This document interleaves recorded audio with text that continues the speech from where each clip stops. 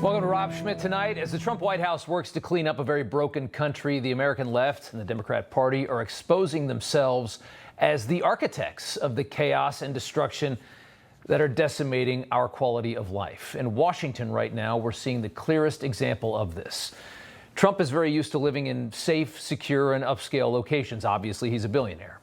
He's now living in the White House again, but in a city which has become even more unlivable in the 4 years since he last moved out. People are routinely carjacked, robbed, or murdered within a short walk of the White House in this country. Think about how ridiculous what I just said is. People are murdered within a few blocks of the White House with regularity. Carjacked happens all the time. A few blocks away, you got the President of the United States living in the most famous house in the world. And there's absolutely no appetite to fix any of this at the city level in D.C. because D.C. is run by sociopaths.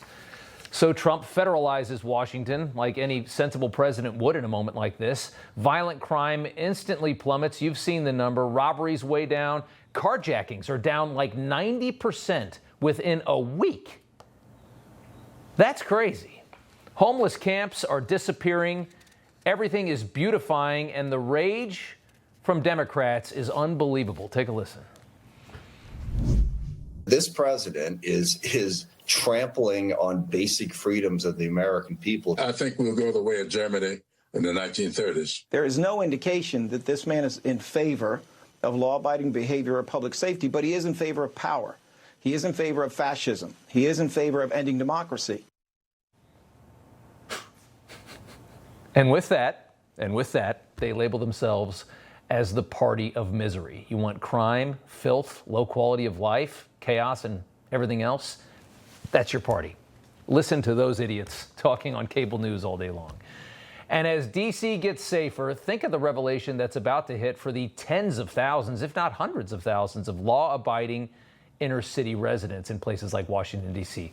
The good people that have to live in the squalor of these cities, the people that just want to get up and go to work. They don't make a lot of money. They got to live in places like this. Think about the political awakening that this is going to be. What we're about to see happen in D.C., what's already started in D.C. The political awakening we saw in the last election by the black community is about to expand dramatically. You don't have to live like this. You can live in the heart of a big city. It doesn't have to be dangerous and dirty and scary and grimy and miserable. It can be clean and safe and all the nice things that city leaders claim that it is right now when they're lying through their teeth. And if that happens, if people see that, that is a terrifying thought to the elite American left, which of course has tried to tell people that law and order is some kind of an assault on the black community. Because in their minds, everybody in inner cities is just committing crime. That's how racist they are. Take a listen to this from two of the thought leaders of the black community today. Take a listen to this. Rep, as you know,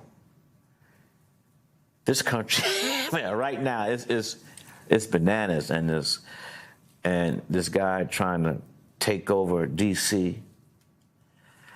and just weaponize these things, and I mean, he's going to think twice. He tries to do that in New York, though. The boogie down, Harlem, Bed-Stuy, do or die. Gonna be a different kind of reaction. Oh yeah, it's gonna be very different. I want you to absorb what you just saw for a second, and look at how they talk about black crime in the United States. They love it. You try to do that in New York, look out. Harlem, Bed-Stuy, do or die. He loves the criminals. The violent thugs that have destroyed the black community are the people that he identifies with. If you want to know what's happened to black culture, what's happened to inner city culture in this country over the last 60 years, that's what's happened. Being a thug, carrying a gun, committing violent crime, raping people, shooting people, killing kids, that's all sexy to Spike Lee and others in that community who have tremendous influence. He's sitting there laughing about how nobody's going to stop black Americans from committing crime in big cities, and Al Sharpton's sitting there laughing with them. Because without inner city chaos and streets full of dead black kids, Al Sharpton is irrelevant. The most sadistic race grifter that this country has ever known. right there with his dumb face. This is the American left. This is how destructive they are. This is how awful they are. They are awful people. They dump more than 10 million people from the third world into your country in about 4 years. All they do is destabilize and destroy and gaslight and lie. And when somebody tries to stop them from doing that, they scream oppression. Oh, you want to stop crime in big cities? You're oppressing people, because everybody in a big city is a criminal, right? According to them. Today, Boston's mayor essentially dared the federal government to arrest her as she doubled down on protecting criminals in her city. Stop attacking our cities to hide your administration's failures.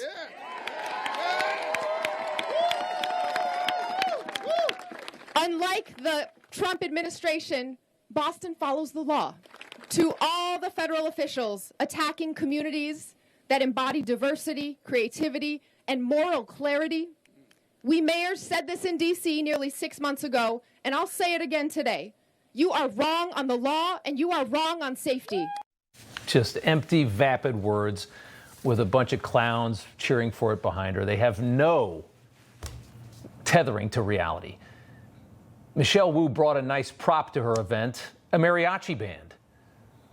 Okay, cool. What is this supposed to do? Designed to make people forget that until Joe Biden, both political parties believed that the wealthiest country in the world actually needed borders. Oh, you have a mariachi band, so let's just let the whole world invade the country. Cool. The globalist Marxists have taken over the party, and their plan requires your quality of life to be decimated. That's the statement. Your quality of life has to go down dramatically for them to get what they want. And they're not just doing this here. This is across the entire West. This is why European cities now look like Karachi. Decimating our culture is part of the plan. In radically blue Washington state, an Iraqi father was just convicted of attempting an honor killing on his own daughter. He tried to murder his own daughter in broad daylight outside because she resisted an arranged marriage to an old man, and he tried to strangle her to death outside of her high school. Lovely addition to our culture, that is. His punishment, by the way, was 20 months in prison. He tried to strangle his daughter on the ground until she died in front of her high school in broad daylight with witnesses everywhere, and he got 20 months for that. Could our Western white guilt societies possibly capitulate any further to these barbaric cultures and religions? How embarrassing are we? Even the daughter was embarrassed. Here she is in court. You're a monster, and I can't believe you're my dad. How can you call yourself a father? You tried to kill me. My dad tried to kill me with his own hands. I know you were smiling when you choked me. I'm going to pray for you to stay in jail and die. You were smiling as you choked me. I suspect that a white guy that tried to strangle his daughter in front of a high school would probably get more than 20 months in prison. 20 months? That's not very long. Good behavior. What's he out in 10? His own daughter disgusted by the sentencing from our ridiculous society. We are dumping cultures like that into our country as fast as we can. There is no benefit to this. It is suicide. Take a look at Minneapolis. Minneapolis, which is about to be fully controlled by a massive population of Somalian refugees. Here's a political rally for one of them running to be the next mayor of Minneapolis. Yeah.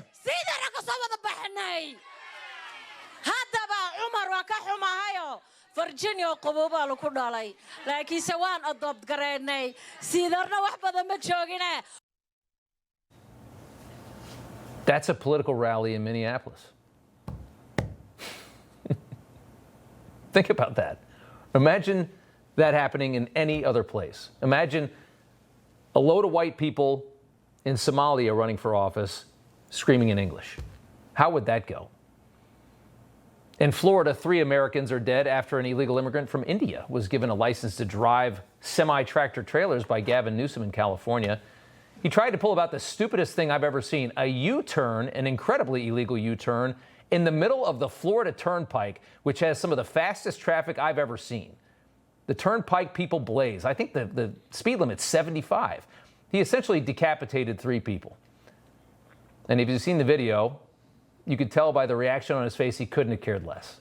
Oh, too bad. Today, the Transportation Department announcing Harbinder Singh failed his English language test. He passed only 2 of 12 questions in English that they gave him, and they're very simple questions. He could only identify 1 of 4 highway traffic signs, but he got a license because America hates itself. All of this is what the White House is trying to solve in this country while being called fascists and oppressors by the oblivious American elite left. You know, everybody's reporting the same stories, the same spin. You turn the channel, it's always the same. But not us. We're different. We report the real news. No spin, just the facts. Turn to us, and you won't turn back. Tune in to Rob Schmitt tonight on Newsmax.